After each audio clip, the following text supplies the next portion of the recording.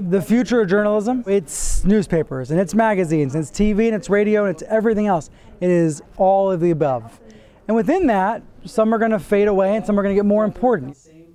Specializing in one of those things, really specializing in something that makes you stand out more than anybody else, is a likely way to try to get a job. It's not the only way.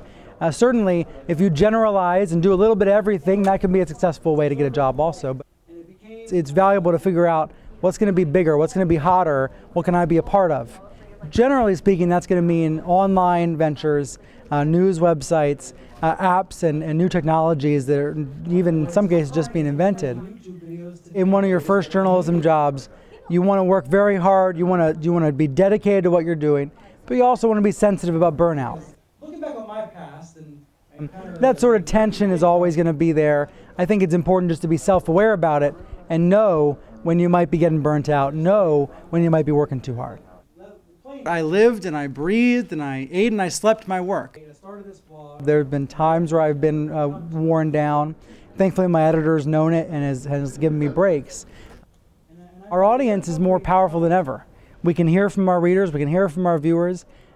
They're not just consuming the news, they're part of the news. And that means they know when we get it wrong. They know when we get it incomplete. They know we're not doing as well as we can. And that kind of accountability is a good thing. It makes us better journalists. It makes us produce better journalism every day.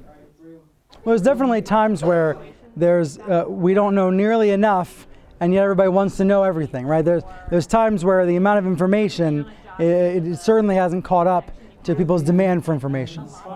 Sometimes if I'm watching CNN or Fox or local TV and they call something breaking news, when it's clearly not breaking, everybody's sort of in on the joke, and that joke is not good for journalism. It kind of makes us look like we're exaggerating or puffing something up when we shouldn't. At age 29. The most important thing when it comes to gaining and regaining people's trust every day is to be fair, be right, and to fess up and apologize when we're not right. No doubt journalists make mistakes, just like everybody else makes mistakes. And to the extent that we're honest about that and transparent about that, we can come out okay on the other end.